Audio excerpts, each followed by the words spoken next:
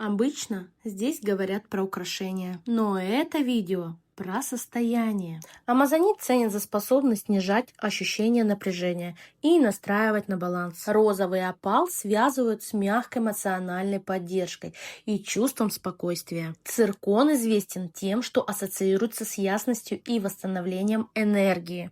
Муранское стекло добавляет тепла и завершает композицию. Наверное, на этом можно закончить. Спасибо, что досмотрели это видео.